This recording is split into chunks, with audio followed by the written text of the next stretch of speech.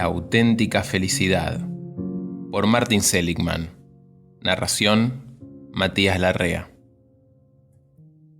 Durante los últimos 50 años, la psicología se ha dedicado a un único tema, la enfermedad mental, y los resultados han sido bastante buenos. En la actualidad, los psicólogos miden conceptos antes confusos como la depresión, la esquizofrenia y el alcoholismo con una precisión considerable. Ahora contamos con mucha información sobre el desarrollo de estos trastornos a lo largo de la vida y sobre sus causas genéticas, bioquímicas y psicológicas. Lo mejor de todo es que hemos aprendido a aliviarlos. Según mis últimas cuentas, 14 de las varias decenas de enfermedades mentales más importantes podrían tratarse de forma eficaz y 2 de ellas curarse con medicación y psicoterapias específicas. Pero este proceso se ha obtenido a un precio elevado. Parece ser que el alivio de los estados que hacen que la vida resulte espantosa ha relegado a un segundo plano el desarrollo de los estados que hacen que merezca la pena vivir. No obstante, las personas desean algo más que corregir sus debilidades. Quieren que la vida tenga sentido y no solo dedicarse a ir tirando a trancas y a barrancas hasta el día de su muerte. En la cama, antes de dormirse, probablemente cavile, como hago yo, sobre el modo de ser más feliz en la vida, no cómo pasar y sentirse un poco menos desgraciado día tras día. Si es usted ese tipo de personas, probablemente haya llegado a la conclusión de que la psicología es una decepción desconcertante. Ha llegado el momento de contar con una ciencia cuyo objetivo sea entender la emoción positiva, aumentar las fortalezas y las virtudes y ofrecer pautas para encontrar lo que Aristóteles denominó la buena vida. La búsqueda de la felicidad es un derecho legítimo de todo ser humano. Sin embargo, los datos científicos hacen que parezca poco probable que una persona cambie su nivel de felicidad de forma continua. Los estudios apuntan que cada uno de nosotros tiene un rango de felicidad determinado, al igual que sucede con el peso corporal. Por tanto, igual que quienes hacen régimen casi siempre recuperan los kilos perdidos, las personas tristes no son felices de forma duradera, y las personas felices no se sienten tristes de forma duradera. No obstante, las nuevas investigaciones sobre la felicidad indican que ésta puede aumentarse de forma duradera. Además, el nuevo movimiento de la psicología positiva muestra que se puede llegar a vivir dentro de los límites más elevados del rango fijo de felicidad. La primera parte de este libro se centra en la comprensión de las emociones positivas y en cómo aumentarlas. Si bien la teoría de que la felicidad no puede incrementarse de forma duradera supone un obstáculo para la investigación científica sobre el tema, existe otro impedimento más profundo: la creencia de que la felicidad, e incluso de forma más generalizada toda motivación humana positiva, no es auténtica. Yo califico esta idea dominante sobre la naturaleza humana, presente en muchas culturas, de dogma corrompido hasta la médula. Si hay una doctrina que esta obra tiene por objeto desterrar, es esa. La doctrina del pecado original es la manifestación más antigua de esta clase de dogma, pero tal idea no ha desaparecido en nuestro estado democrático y secular. Freud arrastró esta doctrina hasta la psicología del siglo XX, al definir toda la civilización, incluida la ética, la ciencia, la religión y el progreso tecnológico modernos, como una defensa compleja contra conflictos básicos relacionados con la sexualidad y la agresividad en la infancia. Reprimimos tales conflictos debido a la angustia insoportable que provocan, y esta angustia se transmuta en la energía que genera civilización. Así pues, el motivo por el que estoy sentado frente al ordenador escribiendo este prefacio en vez de salir a la calle a violar y a matar se debe a que estoy compensado y consigo defenderme de forma satisfactoria de los impulsos salvajes subyacentes. La filosofía de Freud, por extraña que parezca cuando se expone de forma tan descarnada, influye en la práctica psicológica y psiquiátrica diaria, en la que los pacientes rebuscan en su pasado impulsos y sucesos negativos que han forjado su identidad. Así pues, la competitividad de Bill Gates es en realidad su deseo de superar a su padre, y la oposición de la princesa Diana a las minas terrestres no era más que el resultado de sublimar su odio asesino hacia el príncipe Carlos y el resto de los miembros de la familia real. Esta doctrina corrompida hasta la médula también domina la comprensión de la naturaleza humana en las artes y en las ciencias sociales. Un ejemplo entre mil es No Ordinary Time, una época nada corriente, la apasionante historia de Franklin y Eleanor Roosevelt, escrita por Doris Kearns Goodwin, una de las grandes científicas políticas vivas. Al reflexionar sobre el motivo por el que Eleanor dedicó buena parte de su vida a ayudar a personas de raza negra, pobres o discapacitadas, Goodwin llega a la conclusión de que fue para compensar el narcisismo de su madre y el alcoholismo de su padre. Las motivaciones como obrar con justicia o cumplir con el deber se descartan por ser demasiado básicas. Debe existir algún motivo encubierto y negativo que sustenta la bondad si se desea que el análisis resulte académicamente respetable. Nunca insistiré lo suficiente.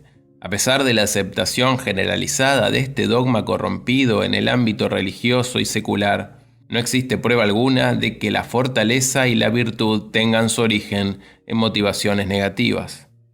Considero que la evolución ha favorecido rasgos tanto buenos como malos y que existe una cantidad de roles adaptativos en el mundo que han elegido la ética, la cooperación, el altruismo y la bondad.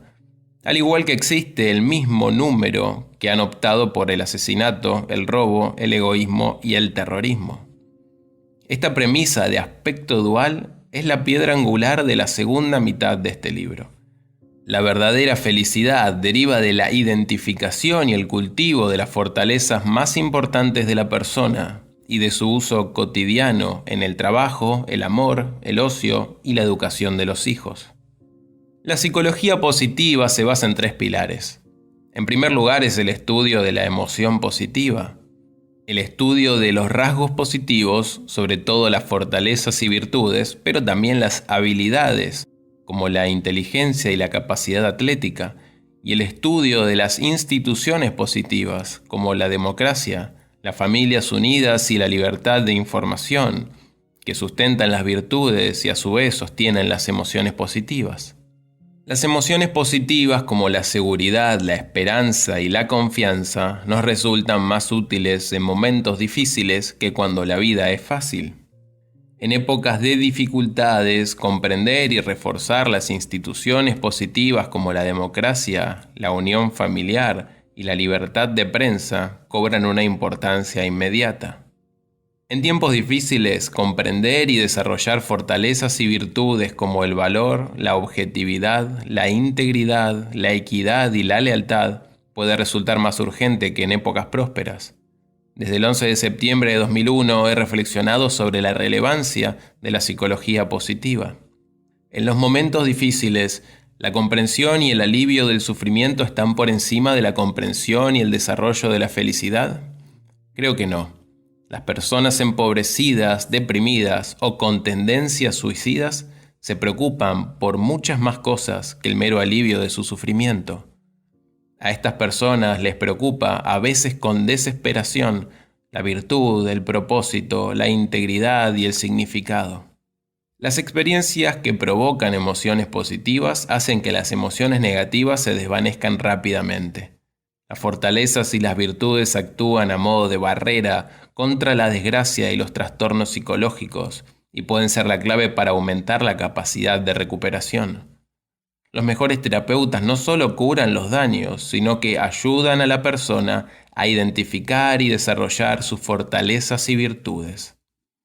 Así pues, la psicología positiva se toma en serio la gran esperanza de que si una persona se queda encerrada en el garage de la vida, con escasos y efímeros placeres, con muy pocas gratificaciones y sin encontrar un sentido a su existencia, hay un camino de salida.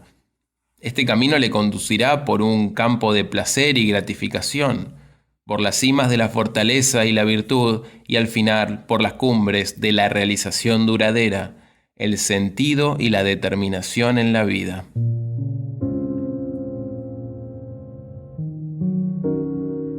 Primera parte. Emociones positivas. Capítulo 1. sentimiento positivo y personalidad positiva. En 1932, Cecilia O'Payne hizo sus votos definitivos en Milwaukee. Como novicia de la Escuela de las Hermanas de Notre Dame, se comprometió a dedicar el resto de su vida a enseñar a los más jóvenes. Cuando se le pidió que redactara una pequeña autobiografía para la ocasión, escribió: Dios me hizo empezar bien la vida al concederme una bendición de valor incalculable. El año pasado, que pasé como candidata estudiando en Notre Dame, fue muy feliz. Ahora anhelo con alegría recibir el hábito sagrado de Nuestra Señora y una vida de unión con el amor divino. Ese mismo año, en la misma ciudad y en el momento de profesar los mismos votos, Margaret Donnelly escribió su corto relato autobiográfico. Nací el 26 de septiembre de 1909. Soy la mayor de 7 hermanos, 5 niñas y 2 niños. Pasé mi año de postulanta en el convento mayor, enseñando química y segundo año de latín en el Instituto de Notre Dame. Dios mediante, tengo intención de dar lo mejor por nuestra orden, para la difusión de la religión y para mi propia santificación. Estas 2 monjas, junto con otras 178, se convirtieron en sujetos del estudio más importante sobre la felicidad y la longevidad realizado hasta el momento. Investigar cuánto vivirán las personas y comprender qué condiciones acortan o alargan la vida es un problema científico de suma importancia, pero también tremendamente espinoso. Por ejemplo, está bien documentado que las personas de Utah viven más que las del estado vecino de Nevada. ¿Pero por qué? ¿Acaso se debe al aire limpio de las montañas de Utah en contraposición con los gases de los tubos de escape de Las Vegas? ¿Puede atribuirse a la sobria vida mormona, contrapuesta al estilo de vida más frenético del habitante medio de Nevada? ¿Se debe a la alimentación estereotipada de Nevada, comida basura, tentempiés de madrugada, alcohol y tabaco, en contraste con los productos sanos, frescos y a la escasez de alcohol y tabaco en Utah? Existen demasiados factores insidiosos, aparte de sustanciales, que desbaratan las teorías de los científicos para aislar la causa de los contrastes entre estos estados. A diferencia de los habitantes de Nevada, o incluso de los de Utah, las monjas llevan una vida rutinaria y protegida. A grandes rasgos, todas siguen la misma dieta, simple y fácil de digerir. No fuman ni beben, no padecen enfermedades de transmisión sexual. Pertenecen a la misma clase social y económica y tienen el mismo acceso a buenos cuidados sanitarios. Por consiguiente, casi todos los factores de confusión habituales quedan eliminados, y aún así existe una gran diferencia con respecto al número de años que viven las monjas y a su estado de salud. Cecilia sigue viva a los 98 años y no ha estado enferma ni un solo día de su vida. Por el contrario, Margaret sufrió un derrame cerebral a los 59 años y murió poco después. Podemos estar seguros de que su estilo de vida, la dieta y la atención médica no tuvieron la culpa. Sin embargo, cuando fueron leídos concienzudamente los relatos autobiográficos de las 180 monjas, surgió una diferencia muy marcada y sorprendente. Repasando lo que escribieron Cecilia y Margaret, ¿es capaz de advertirlo? La hermana Cecilia empleó las palabras muy feliz y anhelo y alegría, expresiones que denotan un ánimo eufórico. Por el contrario, la autobiografía de la hermana Margaret no contenía ni un soplo de emoción positiva. Cuando los evaluadores, que no sabían cuántos años habían vivido las monjas, cuantificaron la cantidad de sentimientos positivos, descubrieron que el 90% del grupo más alegre seguía vivo a los 85 años, en contraste con solo el 34% del grupo menos alegre. Asimismo, el 54% del grupo más animoso seguía vivo a los 94 años, mientras que solo lo estaba el 11% del grupo menos alegre. Realmente era el talante optimista de su relato autobiográfico lo que marcaba la diferencia. Quizá consistiera en una diferencia con respecto al grado de infelicidad expresado, o a la ilusión por el futuro, o a la devoción, o a la complejidad intelectual de los relatos. Pero la investigación demostró que ninguno de esos factores determinaba la diferencia, sino solo la cantidad de sentimientos positivos que expresaban en sus escritos. Así pues, parece que una monja feliz es una monja longeva. Las fotos de los anuarios de la universidad son una mina de oro para los investigadores de la psicología positiva. Mira el pajarito y sonríe, dice el fotógrafo, y uno esboza su mejor sonrisa con diligencia. Resulta que sonreír a petición es más fácil de decir que de hacer. Algunas personas despliegan una sonrisa radiante de genuina alegría, mientras que otras posan educadamente. Existen dos tipos de sonrisas. La primera, llamada sonrisa de Duchenne, en honor a su descubridor, Guillaume Duchenne, es genuina. La comisura de los labios se levanta y la piel del contorno de los ojos se arruga, como las patas de gallo. Resulta extremadamente difícil controlar de forma voluntaria los músculos encargados de dichos movimientos. La otra sonrisa, llamada sonrisa Pan American, en honor a las azafatas de los anuncios de televisión de la ya desaparecida compañía aérea, es fingida y no presenta ninguno de los rasgos de la Duchenne. De hecho, guarda más relación con el rictus que muestran los primates inferiores cuando están asustados que con la felicidad. Cuando los psicólogos experimentados repasan álbumes de fotos, distinguen de un vistazo las sonrisas Duchenne de las otras. Dacher Keltner y Lee Ann Harker de la Universidad de California en Berkeley, por ejemplo, estudiaron 141 fotos de último curso del anuario de 1960 del Mills College. Con excepción de 3 mujeres, todas sonreían, y la mitad de aquellas sonrisas eran de Duchenne. Los investigadores se pusieron en contacto con todas las mujeres a los 27, 43 y 52 años, y las interrogaron sobre su matrimonio y su grado de satisfacción en la vida.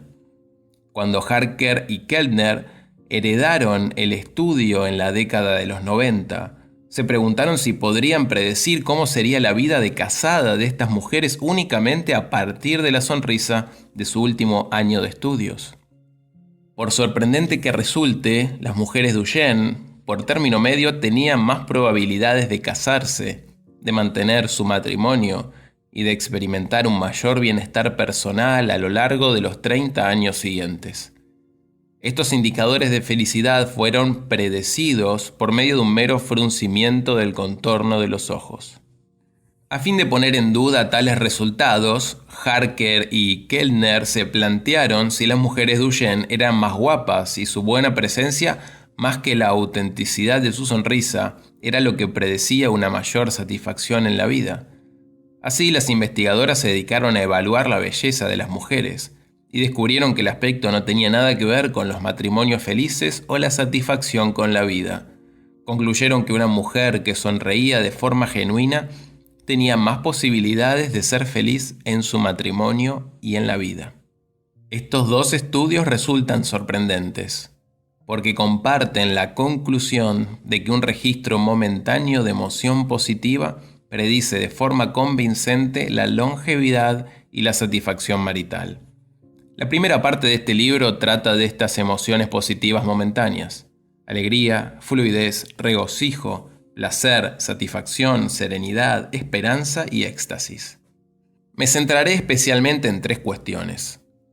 ¿Por qué la evolución nos dotó de sentimiento positivo? ¿Cuáles son las funciones y consecuencias de tales emociones aparte de hacernos sentir bien? ¿Quién dispone de emoción positiva en abundancia y quién no? ¿Qué posibilita estas emociones y qué las impide? ¿Cómo se puede desarrollar una mayor y más duradera emoción positiva en la vida? Todos deseamos responder a estas preguntas y es natural recurrir al campo de la psicología para obtener las respuestas. Por tanto, quizás sorprenda que la psicología haya desatendido el lado positivo de la vida. Por cada 100 artículos especializados sobre la tristeza, solo se publica uno sobre la felicidad. Uno de mis objetivos es ofrecer respuestas responsables basadas en la investigación científica a estas 3 preguntas. Desgraciadamente, a diferencia del alivio de la depresión, para la que la investigación ha proporcionado manuales con distintos pasos que están documentados de forma fiable porque se sabe que funcionan, lo que sabemos sobre la consecución de la felicidad es desigual. Puedo presentar hechos fehacientes sobre ciertos aspectos, pero sobre otros, lo mejor que puedo hacer es extraer conclusiones de las últimas investigaciones y sugerir cómo aplicarlas en la vida. En todo caso, diferenciaré entre lo que se sabe y lo que son especulaciones mías.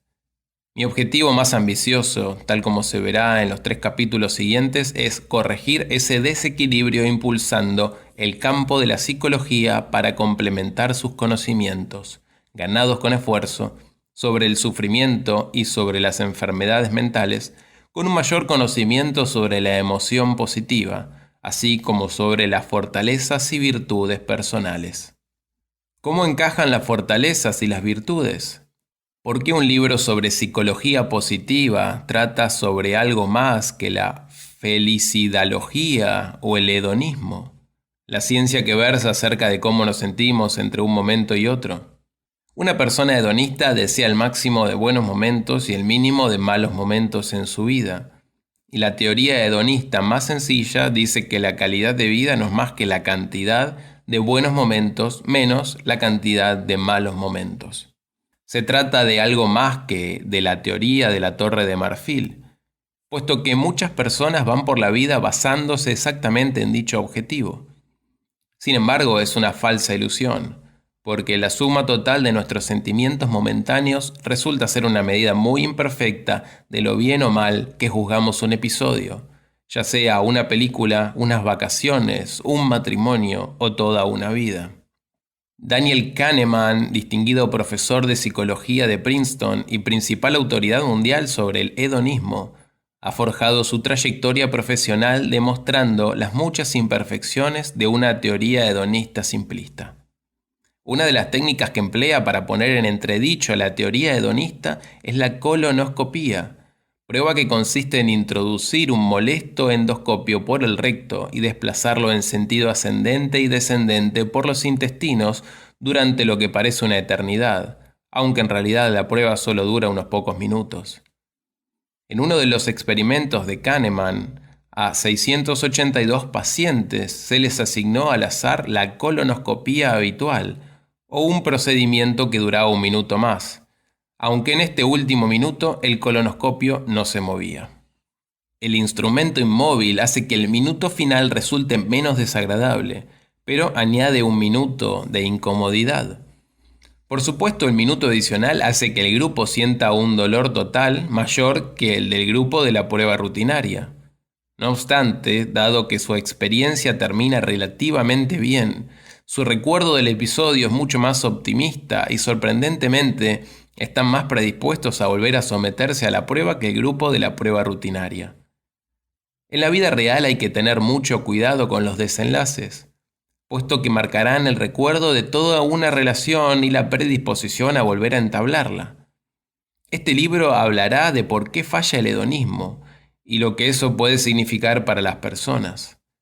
Así pues, la psicología positiva se centra en el significado de los momentos felices e infelices, el tapiz que tejen y las fortalezas y virtudes que manifiestan y que otorgan una calidad determinada a la vida. Ludwig Wittgenstein, el gran filósofo austríaco, era desgraciado a decir de todos. Coleccionó material sobre él y nunca he visto una foto en la que esbozara una sonrisa, ni de Eugene ni de otro tipo. Wittgenstein era melancólico, irascible y ferozmente crítico con quienes lo rodeaban e incluso más crítico consigo mismo. En sus característicos seminarios impartidos en sus fríos y sobrios aposentos de Cambridge, solía caminar de un lado a otro de la habitación murmurando de forma audible: Wittgenstein, Wittgenstein, qué mal profesor eres. Sin embargo, sus últimas palabras desmienten a la felicidalogía. Moribundo y solitario en una buhardilla de Ithaca, en Nueva York, le dijo a su casera: dígales que ha sido maravilloso. Supongamos que uno pudiera conectarse a una máquina de experiencias hipotética que durante el resto de la vida estimulara el cerebro y proporcionara los sentimientos positivos que cada cual deseara. La mayoría de las personas a las que ofrezco esta opción imaginaria rechazan la máquina. No solo deseamos sentimientos positivos, sino que queremos tener derecho a ellos. No obstante, hemos inventado innumerables fórmulas para sentirnos bien. Drogas, chocolate, sexo sin amor, ir de compras, masturbarse y ver la televisión serían algunos ejemplos. Y desde luego no tengo intención de sugerir que se deban abandonar estas actividades. La idea de que podemos recurrir a tales fórmulas para obtener felicidad, alegría, consuelo y éxtasis, en vez de tener derecho a dichos sentimientos gracias al ejercicio de nuestras fortalezas y virtudes personales, hace que exista un buen número de personas que, rodeadas de grandes riquezas, padecen una sed de espiritualidad. Las emociones positivas obtenidas por actividades ajenas al carácter provocan desolación, falta de autenticidad, depresión y a medida que envejecemos la atormentadora impresión de que estaremos inquietos hasta la muerte.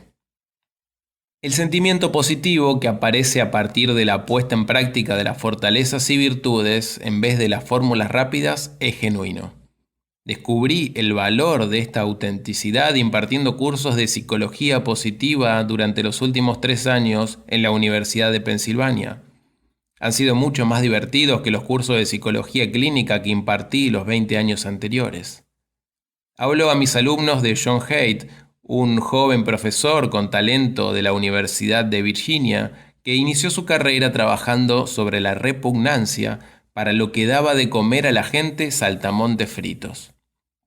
Luego pasó a la repugnancia moral, observando la reacción de las personas cuando les pedía que se probaran una camiseta que supuestamente había llevado Adolf Hitler. Agotado por estos estudios negativos, empezó a buscar una emoción que fuera lo contrario de la repugnancia moral que él denominaba elevación. Haidt recopila historias sobre las reacciones emocionales cuando se experimenta el lado bueno de la humanidad, cuando se ve a otra persona haciendo algo sumamente positivo. Un estudiante de 18 años de la Universidad de Virginia relata una historia de elevación característica. Regresábamos a casa después de trabajar en el refugio del Ejército de Salvación una noche que nevaba. Pasamos junto a una anciana que estaba quitando la nieve del camino de entrada con una pala. Uno de los muchachos pidió al conductor que lo dejara salir. Pensé que iba a tomar un atajo para dirigirse a su casa, pero cuando lo vi tomar la pala, noté un nudo en la garganta y empecé a llorar. Quería contárselo a todo el mundo. Me pareció algo muy romántico. Los estudiantes de una de mis clases se preguntaban si la felicidad procede del ejercicio de la amabilidad más fácilmente que del hecho de divertirse. Tras una acalorada discusión, cada uno de nosotros asumió una labor para la siguiente clase: llevar a cabo una actividad placentera y otra filantrópica y escribir sobre ambas. Los resultados fueron sorprendentes. Los rescoldos de la actividad placentera, salir con amigos, ver una película o comer un montón de helado de chocolate, palidecían en comparación con los efectos de una buena acción. Cuando nuestros actos filantrópicos fueron espontáneos y requirieron el empleo de nuestras fortalezas personales, el día entero fue mejor. Un estudiante me contó que su sobrino le telefoneó para pedirle ayuda con la aritmética de 3er curso. Después de darle una hora de clase se quedó sorprendida al darse cuenta de que durante el resto del día escuché mejor, estuve más sosegada y caí mejor a la gente que de costumbre. El ejercicio de la bondad es una gratificación, a diferencia de un placer. Como gratificación, apela a las fortalezas de cada uno y exige dar la talla para asumir un reto. La bondad no va acompañada de una corriente de emoción positiva como el júbilo, sino que más bien consiste en el compromiso total y en la pérdida de conciencia de la propia identidad. El tiempo se detiene. Uno de los alumnos de la escuela de negocios reconoció sin tapujos que se había matriculado en la universidad para aprender a ganar mucho dinero y ser feliz, pero que se había quedado de una pieza al darse cuenta de que le gustaba más ayudar a otras personas que gastar el dinero yendo de compras. Por consiguiente, para entender el bienestar, también necesitamos comprender las fortalezas y las virtudes personales, y este es el tema de la segunda parte del presente libro. Cuando el bienestar procede del empleo de nuestras fortalezas y virtudes, nuestras vidas quedan imbuidas de autenticidad. Los sentimientos son estados, acontecimientos momentáneos que no tienen por qué ser rasgos de personalidad recurrentes. Los rasgos, a diferencia de los estados, son características positivas o negativas que se repiten a lo largo del tiempo y en distintas situaciones. Y las fortalezas y virtudes son las características positivas que aportan sensaciones positivas y gratificación. Los rasgos son disposiciones duraderas cuya materialización hace que los sentimientos momentáneos sean más probables. El rasgo negativo de la paranoia incrementa la probabilidad de que aparezca el estado momentáneo de los celos, del mismo modo que el rasgo positivo de tener sentido del humor hace que sea más probable reír.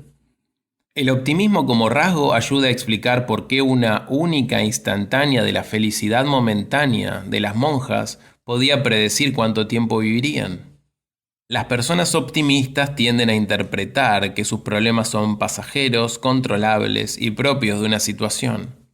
Las personas pesimistas, por el contrario, creen que sus problemas durarán siempre, socavarán todo lo que hagan y que no podrán controlarlos. Para ver si el optimismo predice la longevidad, los científicos de la clínica Mayo de Rochester, Minnesota, seleccionaron a 839 pacientes consecutivos que habían acudido al centro para recibir cuidados médicos hacía 40 años. En el momento del ingreso, los pacientes de la clínica Mayo se someten a una serie de pruebas, tanto psicológicas como físicas, y una de ellas es el test del rasgo del optimismo. Del total de pacientes, 200 habían muerto en el año 2000, y los optimistas presentaban una longevidad un 19% mayor con respecto a la esperanza de vida en comparación con los pesimistas. El hecho de vivir un 19% más es comparable a las vidas más largas de las monjas felices. El optimismo no es más que una de las 2 docenas de fortalezas que proporcionan un mayor bienestar.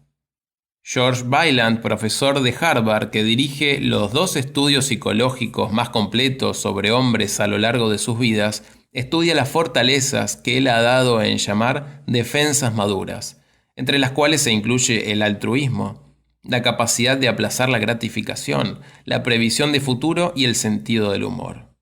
Algunos hombres no maduran nunca y no muestran tales rasgos, mientras que otros se deleitan en ellos a medida que envejecen. Los 2 grupos de Weiland son las promociones de Harvard entre 1939 y 1943. Y 456 coetáneos de los barrios pobres de Boston. Ambos estudios se iniciaron a finales de la década de los años 30, cuando los participantes estaban a punto de entrar en la veintena, y se prolongan hasta la actualidad, cuando los hombres tienen ya más de 80 años. Weiland ha hecho públicos los factores que mejor predicen el envejecimiento satisfactorio, entre los que se encuentra el nivel de ingresos, la salud física y la alegría de vivir.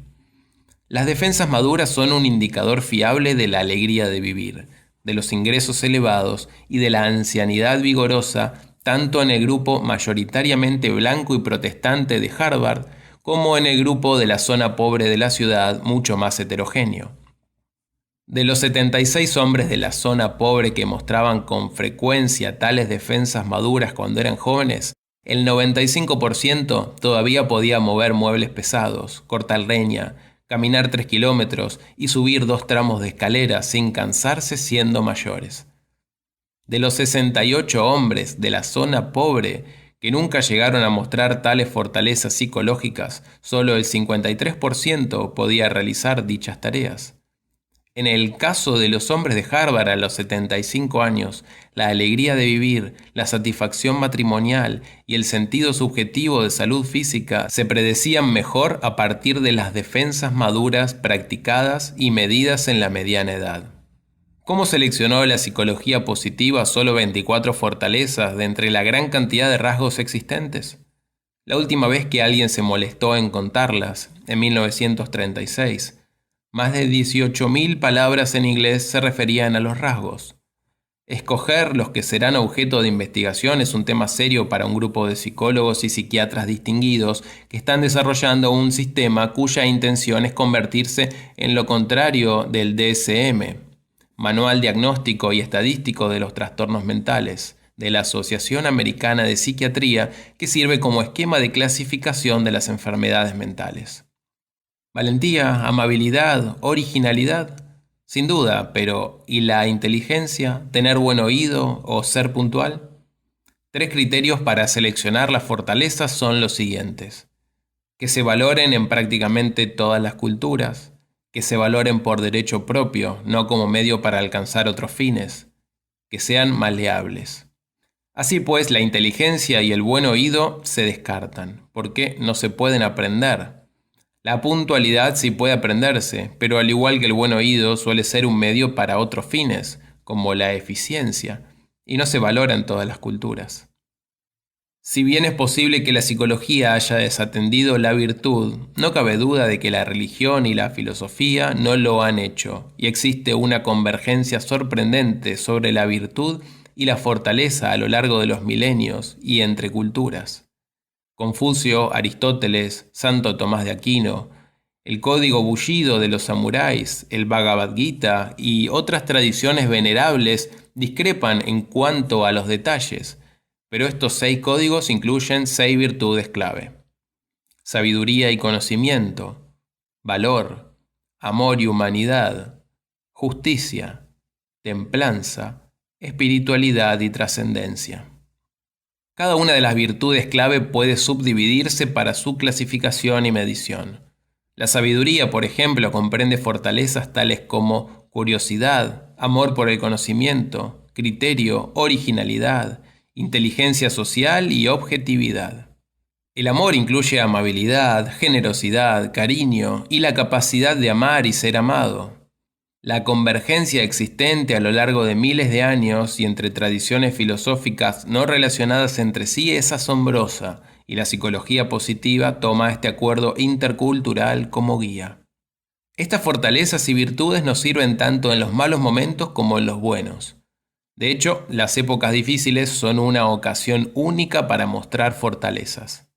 Hasta hace poco creía que la psicología positiva era hija de los buenos momentos. Supuse que cuando las naciones están enfrentadas y empobrecidas y hay agitación social, lo más natural es que se preocupen por la defensa y los daños, y la ciencia que consideraran más apropiada será la que se dedica a cicatrizar heridas. Por el contrario, cuando las naciones pasan por un periodo de paz, con excedentes y sin agitación social, se dedican a construir los mejores bienes de la vida. Sin embargo, la Florencia, gobernada por Lorenzo de Médicis, decidió dedicar su superávit no a convertirse en la potencia militar más imponente de Europa, sino a crear belleza. La fisiología muscular distingue entre la actividad tónica, la actividad eléctrica base cuando el músculo está en reposo, y la actividad fásica, el estallido de actividad eléctrica cuando el músculo se enfrenta a un estímulo y se contrae. La mayor parte de la psicología se dedica a la actividad tónica. La introversión, el cociente de inteligencia elevado, la depresión y la ira, por ejemplo, se miden en ausencia de estímulos del mundo real. Y la esperanza del experto en psicometría es predecir qué hará la persona cuando se enfrenta a un estímulo fásico. ¿Qué tal funcionan las mediciones tónicas? Un coeficiente intelectual elevado predice una respuesta realmente astuta cuando un cliente nos dice que no. ¿Hasta qué punto la depresión tónica predice el desmoronamiento de una persona cuando la despiden? Moderadamente bien, pero de forma imperfecta. Es la mejor respuesta en términos generales. Como es habitual, la psicología predice muchos de los casos, pero existe un buen número de personas con un coeficiente intelectual elevado que fracasan, y un número igual de importante de personas con un coeficiente intelectual bajo que triunfan cuando la vida los desafía a hacer algo de verdad inteligente en el mundo. El motivo de estos errores es que las medidas tónicas no son más que indicadores moderados de la actividad fásica. He dado el nombre de efecto Harry Truman a este fallo en la predicción. Truman, tras una vida mediocre, para sorpresa de casi todos, estuvo a la altura de las circunstancias después de la muerte de Roosevelt y acabó convirtiéndose en uno de los grandes presidentes de Estados Unidos. Necesitamos una psicología que esté a la altura de las circunstancias, porque esa es la pieza que falta en el rompecabezas de la predicción del comportamiento humano. En la lucha evolutiva por conseguir un compañero o sobrevivir el ataque de un depredador, los antepasados que dieron la talla transmitieron sus genes, los predadores no. Sus características tónicas, como la vulnerabilidad a la depresión, los patrones de sueño y el contorno de cintura, probablemente no contaran demasiado, excepto en la medida en que alimentan el efecto Harry Truman. Esto significa que todos nosotros poseemos en nuestro interior antiguas fortalezas de las que quizá no tengamos conocimiento hasta que se nos presente un verdadero reto. ¿Por qué los adultos que se enfrentaron a la Segunda Guerra Mundial fueron la mejor generación? No porque estuvieran hechos de una materia distinta a la nuestra, sino porque vivieron un momento difícil que les hizo apelar a las antiguas fortalezas internas. Cuando lea sobre esas fortalezas en los capítulos 7 y 8 y responda al cuestionario sobre las mismas, descubrirá que algunas de sus fortalezas son tónicas y otras básicas. La amabilidad, la curiosidad, la lealtad y la espiritualidad, por ejemplo, tienden a ser tónicas. Pueden aparecer varias veces al día. La perseverancia, la objetividad, la justicia y el valor, situadas en el otro extremo, tienden a ser básicas.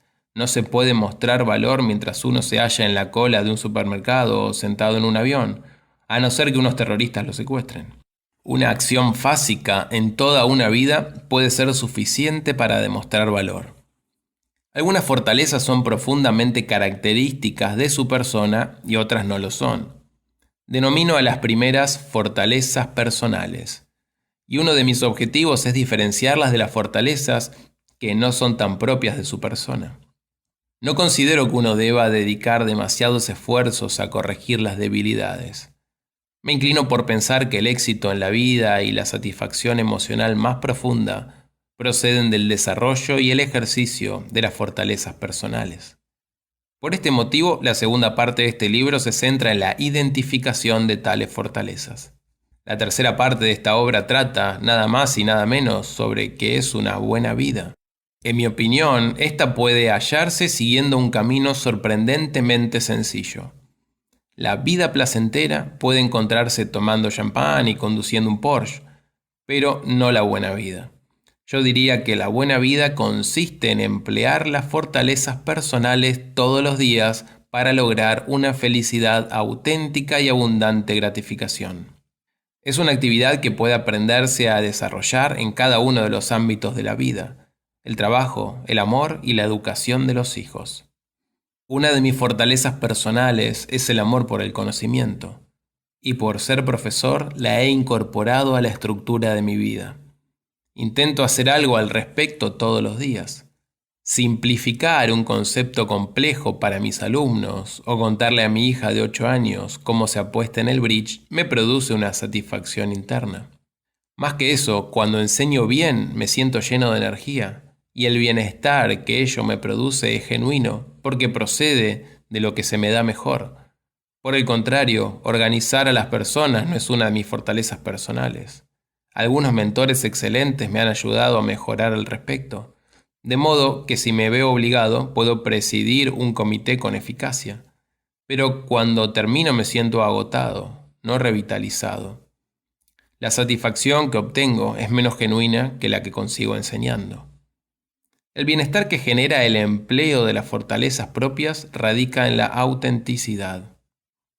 Pero al igual que el bienestar necesita arraigarse en las fortalezas y virtudes, éstas a su vez deben arraigarse en algo superior. Del mismo modo que la buena vida es algo más que la vida placentera, la vida significativa es algo más que la buena vida.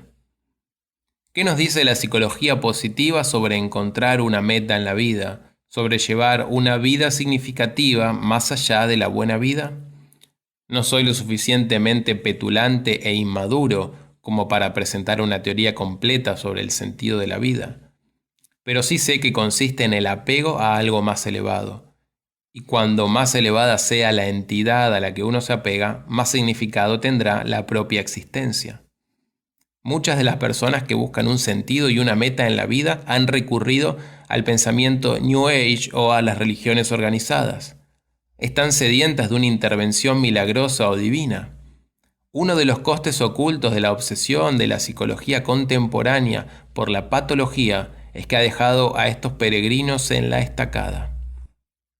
Al igual que muchas de estas personas abandonadas a su suerte, yo también anhelo encontrar un sentido a mi vida que trascienda los objetivos arbitrarios que he escogido para mí. Sin embargo, igual que muchos occidentales con inclinaciones científicas, la idea de un objetivo trascendente, o más allá de este, de un Dios que simiente tal objetivo, siempre me ha parecido insostenible. La psicología positiva señala el camino hacia un enfoque secular del objetivo noble y el significado trascendente, y lo que es más sorprendente, hacia un Dios que no es sobrenatural. Estas esperanzas se expresan en el último capítulo. A lo largo de la lectura de este capítulo, quizá le haya asaltado una duda. ¿Qué es la felicidad en resumidas cuentas? Se han escrito más palabras para definir la felicidad que para cualquier otra cuestión filosófica. Podría llenar el resto de estas páginas con solo una fracción de los intentos por tomar esta palabra, de la que se ha hecho un uso excesivo, y darle sentido, pero no tengo intención de confundir más las cosas. Me he preocupado por utilizar los términos de forma coherente y bien definida, y el lector interesado encontrará las definiciones en el apéndice. Sin embargo, mi principal preocupación es medir los elementos de la felicidad, las emociones y fortalezas positivas, para luego contarle qué ha descubierto la ciencia acerca de cómo incrementarlas.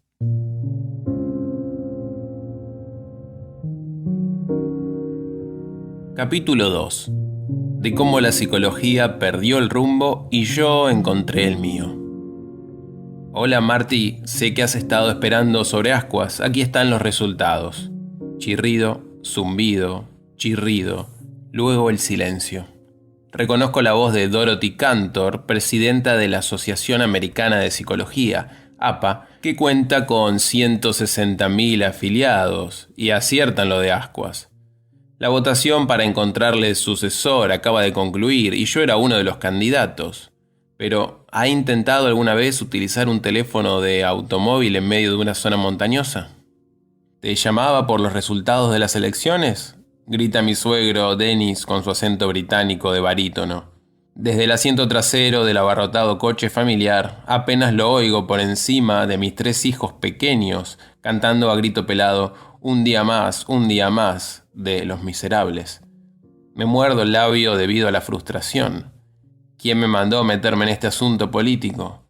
Yo era un profesor en su prestigiosa Torre de Marfil, con un laboratorio que funcionaba, un montón de becas, alumnos devotos, un libro que había sido un éxito de ventas y unas reuniones de profesores tediosas, pero soportables, aparte de ser una autoridad en 2 ámbitos académicos, la indefensión aprendida y el optimismo aprendido. ¿Quién necesita más? Lo necesito. Mientras espero que vuelva a sonar el teléfono, me remonto 40 años en el tiempo, hasta mis raíces como psicólogo. De repente, allí están Jenny Albright, Barbara Willis y Sally Eckert, el objetivo romántico inalcanzable de un niño judío de 13 años de clase media y regordete, lanzado de repente a un colegio lleno de niños protestantes, cuyas familias habían vivido en Albany desde hacía más de 300 años.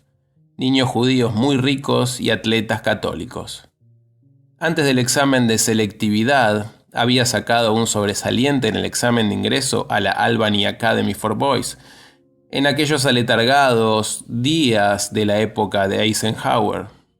Nadie que fuera a una escuela pública de Albany entraba en una buena universidad, por lo que mis padres, ambos funcionarios, habían tenido que echar mano de todos sus ahorros para conseguir los $600 que costaba la matrícula. Tenían razón en lo de que así podría ir a una buena universidad, pero no tenían la menor idea del martirio que iba a suponer para un niño como yo que las alumnas de la Albany Academy for Girls y, lo que es peor, sus madres lo miraran por encima del hombro durante 5 años. ¿Qué podía tener yo que interesara a Jenny, con sus rizos perfectos y nariz rectilínea? O a Bárbara, la voluptuosa fuente de los cotilleos de la primera pubertad. O a Sally, que lucía un fabuloso bronceado en invierno. Quizá podía hablarles de sus problemas. ¡Qué idea brillante! Seguro que ningún otro tipo les había escuchado hablar sobre sus inseguridades, sus pesadillas y fantasías más sombrías, sus momentos de abatimiento. Traté de asumir ese papel y luego me acurruqué cómodamente en mi refugio. Sí, Dorothy, por favor, ¿quién ha llegado? La votación no ha... Chirrido, silencio. El no sonaba a malas noticias. De nuevo, me dejo llevar por mis pensamientos, imagino cómo debía de ser vivir en Washington, D.C. en 1946. Los soldados han regresado a casa procedentes de Europa y del Pacífico, algunos heridos físicamente y muchos otros marcados emocionalmente. ¿Quién curará a los veteranos que han sacrificado tanto para proteger nuestra libertad? Los psiquiatras, por supuesto.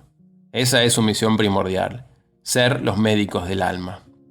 Empezando por Kraepelin, Janet, Bleuler y Freud, han escrito una larga historia, aunque no siempre elogiada, de reparación de psiques dañadas. Pero no existen en número suficiente. La formación es larga, más de 8 años de estudios superiores, cara y muy selectiva.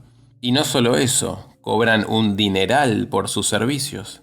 Además, 5 días a la semana en el diván. ¿Eso funciona de verdad? No había una profesión menos enrarecida y con más practicantes que pudieran ser formados en masa y dedicarse a sanar las heridas mentales de nuestros veteranos. Es entonces que, citando el Congreso, se pregunta, ¿y esos psicólogos? ¿Quiénes son los psicólogos?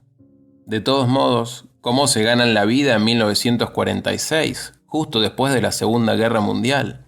La psicología es una profesión menor. La mayoría de los psicólogos son académicos cuyo objetivo es descubrir los procesos básicos del aprendizaje y la motivación, normalmente con ratas blancas, y de la percepción, normalmente con estudiantes blancos universitarios de segundo curso. Experimentan con la ciencia pura y prestan poca atención al hecho de si las leyes básicas de sus descubrimientos son aplicables a algo más. Los psicólogos hacen trabajo aplicado. En el mundo académico o en el real tienen 3 misiones. La primera es curar enfermedades mentales. En su mayor parte realizan la poca elegante labor de hacer preguntas en vez de terapia, que es el coto de los psiquiatras. La segunda misión, propia de los psicólogos que trabajan en la industria, en el ejército y en las escuelas, es hacer que la vida de la gente normal sea más feliz, productiva y plena. La tercera misión es identificar y cultivar a los jovencitos con un talento extraordinario, haciendo un seguimiento de los niños con un coeficiente intelectual superior al normal a lo largo de su desarrollo.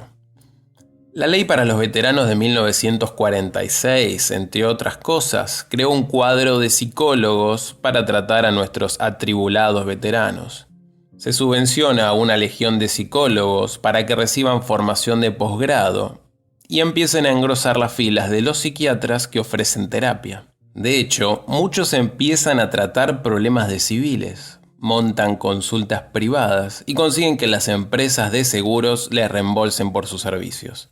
En un plazo de 25 años, estos psicólogos clínicos o psicoterapeutas, como se han dado en llamar, superan en número al resto de toda la profesión en su conjunto, y distintos estados aprueban leyes que privan a todos los que no son psicólogos clínicos del nombre psicólogo.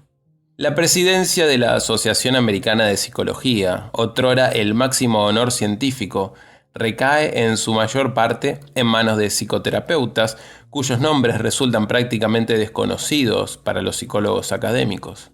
La psicología pasa a ser casi sinónimo de tratamiento de las enfermedades mentales. Su misión histórica de hacer que las personas sin problemas tengan una vida más productiva y plena queda reducida a un papel mucho más secundario con respecto a la curación de trastornos, y los intentos de identificar y cultivar a los genios quedan prácticamente abandonados. Solo durante un corto espacio de tiempo, los psicólogos académicos, con sus conejillos de indias y estudiantes de segundo curso, permanecen inmunes a los alicientes de estudiar a las personas atribuladas. En 1947, el Congreso crea el Instituto Nacional de Salud Mental, y las subvenciones, en cantidades inimaginables hasta entonces, empiezan a estar disponibles. Al principio, la investigación básica sobre procesos psicológicos, tanto los normales como los anormales, tiene buena acogida en el NIMH.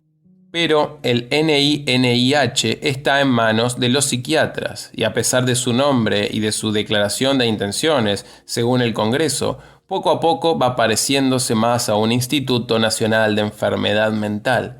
Una espléndida iniciativa de investigación, pero dedicada exclusivamente a los trastornos mentales, en vez de a la salud. Hacia 1972, las solicitudes de beca solo se aceptan si demuestran su relevancia, es decir, su relevancia respecto a la causa y curación de trastornos mentales. Los psicólogos académicos empiezan a guiar a sus conejillos de indias y a sus estudiantes de segundo curso hacia la enfermedad mental. Todavía siento esta inexorable presión cuando solicito mi primera beca en 1968.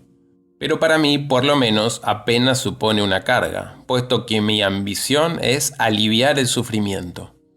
¿Por qué no vamos hacia Yellowstone? Ahí seguro que hay cabinas de teléfono, grita mi mujer Mandy. Los niños están inmersos en una interpretación ensordecedora. ¿Oyes a la gente cantar canciones de hombres enfadados? Cambio de rumbo y me sumerjo de nuevo en el ensueño mientras conduzco. Estoy en Ithaca, Nueva York, en el año 1968. Soy profesor adjunto de psicología de segundo curso en Cornell y no soy más que un par de años mayor que mis alumnos. Mientras estudiaba la carrera en la Universidad de Pensilvania, junto con Steve Meyer y Bruce Overmeek, había trabajado en un sorprendente fenómeno llamado indefensión aprendida. Descubrimos que los perros que experimentaban descargas eléctricas dolorosas que no podían modificar mediante ninguna acción, acababan por darse por vencidos. Gimoteando suavemente, aceptaban las descargas con pasividad, incluso cuando éstas podían evitarse sin esfuerzo.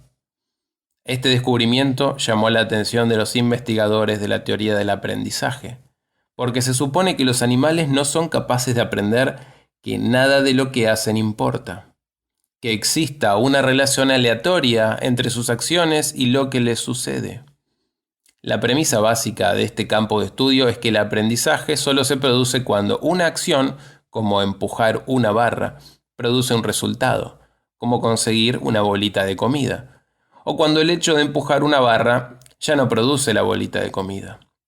Se supone que aprender que la bolita de comida aparece al azar independientemente de que se empuje la barra o no, está más allá de la capacidad de los animales, y también de los humanos. Aprender la aleatoriedad, que no importa nada de lo que se haga, es cognitivo, y la teoría del aprendizaje está condicionada a una visión de estímulo mecánico respuesta-refuerzo, en la que se excluye el pensar, el creer y el esperar. Según dicha teoría, los animales y los humanos no pueden apreciar contingencias complejas, no saben formar expectativas sobre el futuro y sin duda no saben aprender que son impotentes. La indefensión aprendida supone un desafío de los axiomas básicos de mi ámbito. Precisamente por este motivo, lo que intrigaba a mis colegas no era el drama del fenómeno o su sorprendente aspecto patológico, los animales parecían totalmente deprimidos, sino las connotaciones de la teoría. Por el contrario, yo me sentía arrastrado por las implicaciones relacionadas con el sufrimiento humano. Empezando por mi rol social como terapeuta de Jenny, Bárbara y Sally, el estudio de los trastornos se había convertido en mi vocación. Los entresijos de la teoría del aprendizaje no eran más que estaciones de paso para el entendimiento científico de las causas y la cura del sufrimiento. Mientras escribo sentado en mi escritorio de acero gris en las entrañas de mi laboratorio, un edificio agrícola remodelado en el frío campo del norte del estado de Nueva York, No necesito extenderme sobre el problema de si debatir o no las implicaciones de la indefensión aprendida para la enfermedad mental. Mi primera solicitud de beca y todas las que le han seguido durante los siguientes 30 años sitúa de lleno mi investigación en el marco de una búsqueda para comprender y curar la enfermedad. En el plazo de unos años no basta con investigar a ratas o perros que podrían estar deprimidos. Los investigadores tienen que estudiar la depresión en los humanos. Luego, al cabo de una década, los estudiantes deprimidos de segundo curso también son descartados. La tercera edición del Manual Diagnóstico y Estadístico de los Trastornos Mentales de la Asociación Americana de Psiquiatría, DSM-3, codifica cuáles son los verdaderos trastornos, y a no ser que una persona se presente como paciente y tenga al menos 5 de los 9 síntomas que determinan la enfermedad, no se considera que padezca una verdadera depresión. Los estudiantes de segundo año, si continúan con sus estudios, están desempeñando sus funciones. No es posible que padezcan el verdadero trastorno depresivo, por lo que ya no pueden ser objeto de experimentos subvencionados. Dado que la mayoría de los psicólogos investigadores secunda la nueva exigencia de que la investigación se produzca con pacientes declarados como tales, la mayor parte de la psicología académica acaba por rendirse y se convierte en un accesorio de la empresa del trastorno psiquiátrico. Thomas Szasz, psiquiatra mordaz, escéptico y criticón, dice: «La psicología es el tinglado que imita el tinglado llamado psiquiatría». A diferencia de muchos de mis colegas, recibo su afirmación con alegría. Estoy de acuerdo con alejar la investigación de su vertiente básica para dirigirla a la investigación aplicada que dilucide el sufrimiento. Si tengo que ajustarme a la moda psiquiátrica, formular mi labor de acuerdo con los últimos dictados de las categorías del DSM-3 y asignar diagnósticos oficiales a los sujetos de mi investigación, estos son meros inconvenientes, no hipocresía. Para los pacientes, la compensación del enfoque del NIMH ha sido impresionante. En 1945 no había tratamiento para ninguna enfermedad mental. No existía ningún tratamiento para un trastorno concreto que funcionara mejor que la ausencia del mismo. Todo era humo y espejos. Repasar los traumas de la infancia no ayudaba a la esquizofrenia, a pesar de lo que muestra la película David y Lisa. Y extirpar trozos de los lóbulos frontales no alivia la depresión psicótica, por mucho que el psiquiatra portugués Antonio Moniz ganara el premio Nobel en 1949. Por el contrario, transcurridos 50 años, la medicación u otras formas específicas de psicoterapia pueden aliviar considerablemente por lo menos 14 de las enfermedades mentales. En mi opinión, 2 de ellas tienen curación: el trastorno de pánico y la fobia a la sangre y las heridas. Escribí un libro en 1994. No puedo ser más alto, pero puedo ser mejor, el tratamiento más adecuado para cada trastorno, que documenta este avance con todo detalle. Y no solo eso, puesto que se había forjado una ciencia de la enfermedad mental. Podemos diagnosticar y medir con rigor conceptos confusos como la esquizofrenia, la depresión y el alcoholismo. Podemos seguir su desarrollo a lo largo de la vida. Podemos identificar factores causales mediante experimentos. Y lo mejor de todo, podemos descubrir los efectos beneficiosos de los fármacos y la terapia para aliviar el sufrimiento. Casi todos estos avances son directamente atribuibles a los programas de investigación subvencionados por el NIMH, una ganga por un precio total aproximado de unos $10.000 millones. Para mí, la compensación ha sido bastante buena. Trabajando en el seno de un modelo de enfermedad, me he beneficiado de más de 30 años ininterrumpidos de becas para estudiar la indefensión en los animales y luego en las personas. Proponemos que la indefensión aprendida podría ser un modelo de depresión unipolar, es decir, depresión sin episodios maníacos. Hacemos pruebas para encontrar paralelismos entre los síntomas, las causas y la curación. Descubrimos que tanto las personas deprimidas que acuden a nuestra clínica como quienes permanecen indefensos debido a problemas insolubles muestran pasividad, Les cuesta más tiempo aprender y están más tristes y angustiados que las personas no deprimidas o que son nuestros sujetos control. La indefensión aprendida y la depresión muestran déficits similares de las sustancias químicas subyacentes que actúan en el cerebro, y los mismos medicamentos que alivian la depresión unipolar en los humanos alivian también la indefensión en los animales. Sin embargo, en el fondo me preocupa este exclusivo énfasis en descubrir déficits y reparar daños.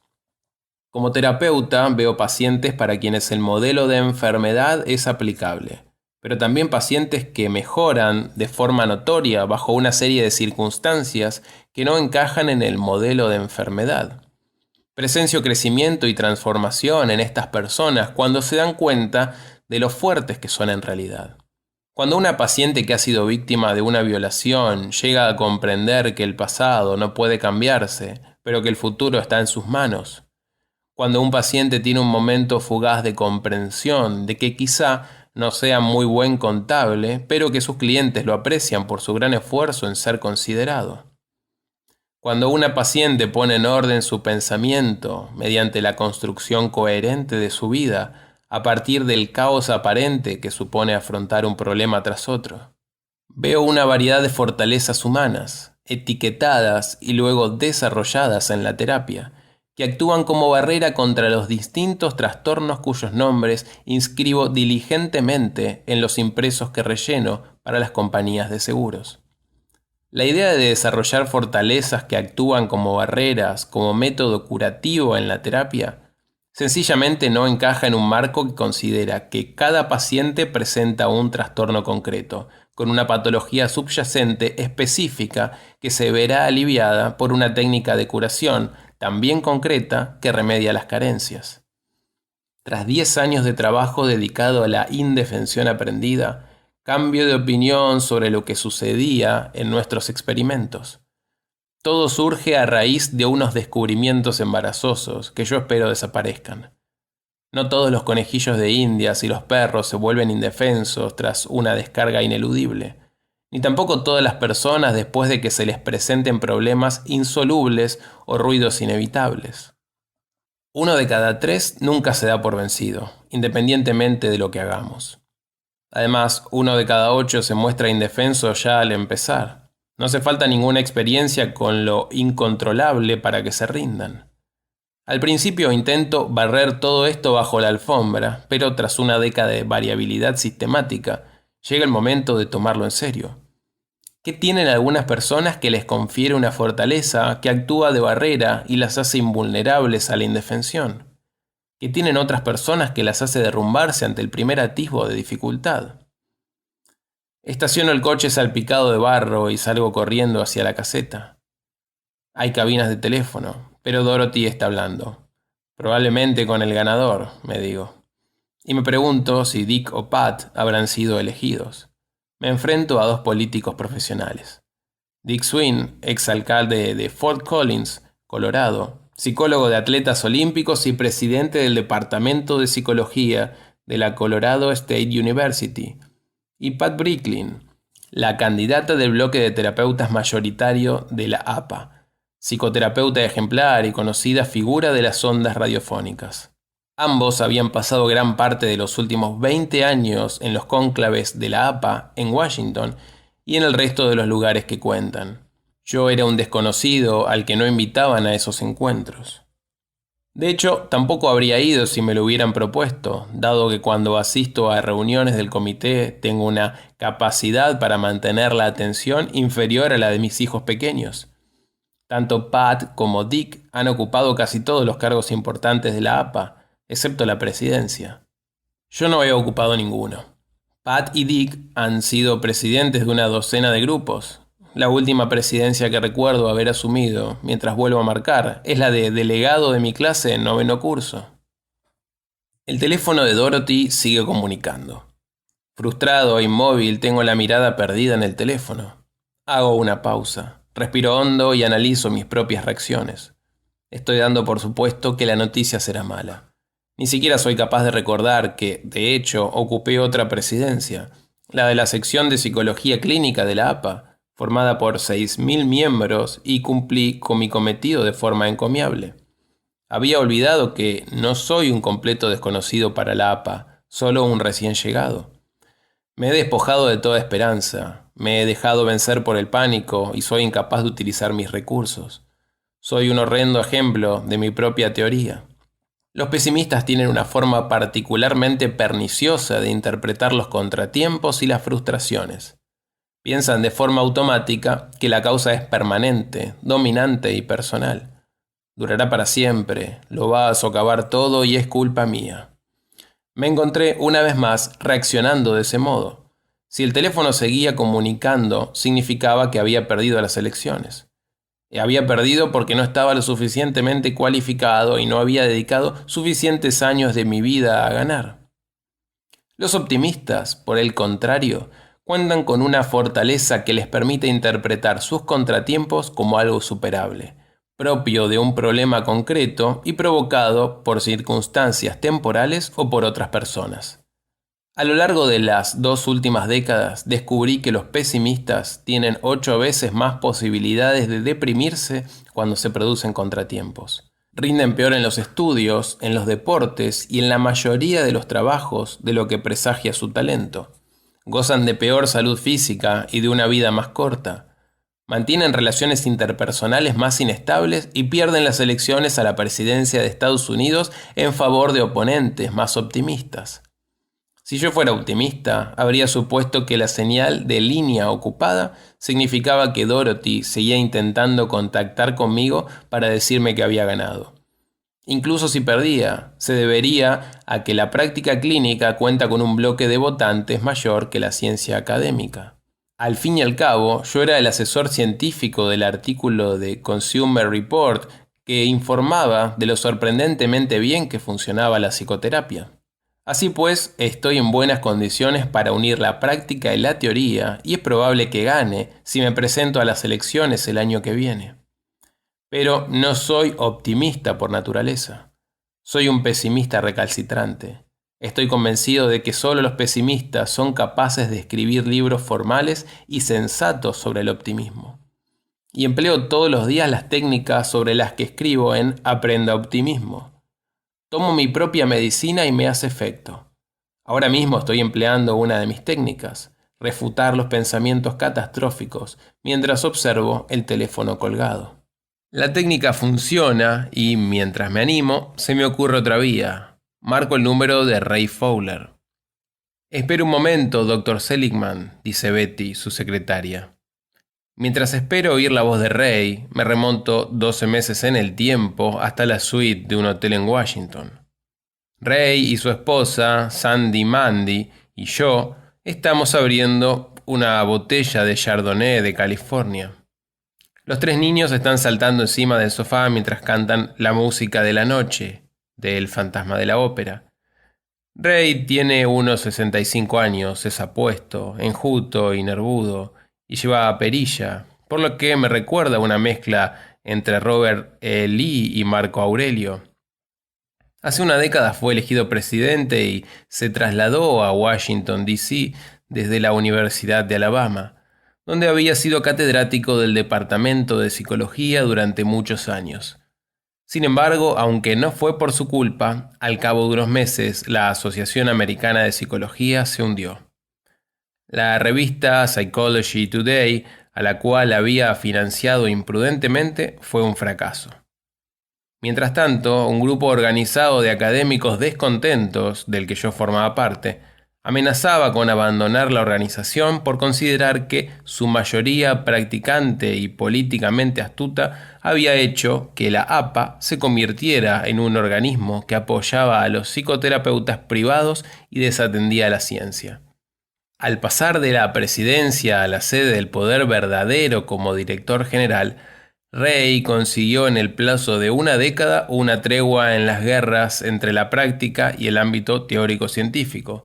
Saneó las cuentas de la APA de forma sorprendente e incrementó el número de afiliados hasta alcanzar los 160.000, con lo que la equiparó a la Sociedad Americana de Química como mayor organización de científicos del mundo.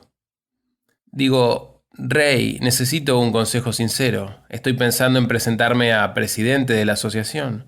¿Tengo alguna posibilidad de ganar? Y en caso afirmativo, ¿puedo conseguir algo a lo que valga la pena dedicar 3 años de mi vida? Rey reflexiona en silencio. Está acostumbrado a reflexionar en silencio. Es una isla de contemplación en el tormentoso océano de la política psicológica. ¿Por qué quieres ser presidente, Marty? Podría decirte que quiero unir teoría y práctica, o que quiero que la psicología desafíe el pernicioso sistema sanitario de administración de servicios, respaldando la investigación sobre la eficacia de la terapia. O que quiero que se dupliquen los recursos destinados a la salud mental, pero en el fondo no se trata de eso. Es algo mucho más irracional. ¿Recuerdas la imagen del final de 2001, Una odisea en el espacio? El feto enorme flotando sobre la Tierra sin saber qué iba a pasar. Creo que tengo una misión, Rey, y no sé cuál es. Creo que si soy presidente de la APA, lo descubriré. Rey siguió cavilando unos cuantos segundos más. Media docena de aspirantes a la presidencia me han hecho la misma pregunta en las últimas semanas. Me pagan para que el tiempo que el presidente pase en el cargo sea el mejor de su vida. Es mi trabajo decir que puedes ganar y que serías un gran presidente. En este caso, lo digo sinceramente. Si vale la pena dedicarle 3 años de tu vida, eso es más difícil. Tienes una familia maravillosa y que va en aumento. Tendrías que pasar mucho tiempo alejado de ellos. No será necesario, interrumpe Mandy. Mi única condición para que Marty se presente a presidente es que compremos una autocaravana y vayamos con él allá donde vaya. Escolarizaremos a los niños en casa y estructuraremos su educación en torno a los lugares que visitemos. Sandy, la esposa de Rey, esbozando con placer su sonrisa de Mona Lisa, asiente en señal de aprobación. Ahora se pone Rey, dice Betty interrumpiendo mi ensueño. Has ganado, Marty. No solo eso, has conseguido el triple de votos que el segundo candidato. Ha votado el doble de personas de lo normal. Has ganado por el margen más amplio de la historia. Para mi sorpresa había ganado, pero ¿cuál era mi misión? Tenía que encontrar rápidamente la idea central de mi presidencia y empezar a reunir gente receptiva para que la desarrollara. Lo más parecido a una idea que encontré fue la prevención. La mayoría de los psicólogos que trabajan en el modelo de enfermedad se han concentrado en la terapia, ayudando a las personas que buscan un tratamiento cuando sus problemas les resultan insoportables. La ciencia, respaldada por el NIMH, hace hincapié en los estudios rigurosos sobre la eficacia de distintos fármacos y distintas formas de psicoterapia con la esperanza de casar los tratamientos de elección con cada trastorno concreto. En mi opinión, la terapia suele aplicarse demasiado tarde, y si actuáramos cuando el individuo todavía se encuentra bien, las intervenciones preventivas evitarían un mar de lágrimas. La lección más importante del siglo pasado en cuanto a medidas de salud pública es la siguiente. La curación es incierta, pero la prevención resulta enormemente eficaz. Basta con recordar que el hecho de que las comadronas se lavaran las manos terminó con la fiebre del parto y las vacunaciones terminaron con la polio. ¿Es posible realizar intervenciones psicológicas entre los jóvenes para evitar la depresión, la esquizofrenia y el abuso de sustancias en la edad adulta? Mi labor investigadora en la década anterior se había centrado en esa cuestión. Descubrí que enseñando a un niño de 10 años la habilidad del pensamiento y la acción optimistas, las probabilidades de depresión durante la pubertad se reducen a la mitad. Así pues, pensé que las virtudes de la prevención y la importancia de promover la teoría científica y la práctica en torno a ella podría ser mi tema central. Al cabo de 6 meses reuní en Chicago a un grupo de trabajo sobre la prevención para dedicar un día a la planificación. Cada uno de los 12 miembros, algunos de los investigadores más destacados en dicho campo, presentó ideas sobre la frontera de la prevención en el ámbito de la enfermedad mental. Desgraciadamente yo me aburrí como una ostra. El problema no residía en la gravedad del asunto o en el valor de las soluciones, sino en lo aburrida que sonaba la ciencia. Lo que se proponía no era más que el modelo de enfermedad refrito y arreglado de forma proactiva, tomando los tratamientos que funcionaban y aprobándolos para aplicarnos a jóvenes en situación de riesgo. Todo sonaba razonable, pero yo tenía dos reservas que hacían que me resultara difícil escuchar con más de medio oído. En primer lugar, creo que lo que sabemos sobre el tratamiento de las mentes y los cerebros trastornados nos aporta poca información sobre cómo prevenir tales trastornos. Los progresos alcanzados en la prevención de la enfermedad mental se deben al hecho de reconocer y desarrollar una serie de fortalezas, capacidades y virtudes en la gente joven, tales como la visión de futuro, la esperanza, las habilidades interpersonales, el valor, la fluidez, la fe y la ética laboral. El ejercicio de tales fortalezas actúa como barrera contra las tribulaciones que hacen que las personas corran el riesgo de sufrir enfermedades mentales.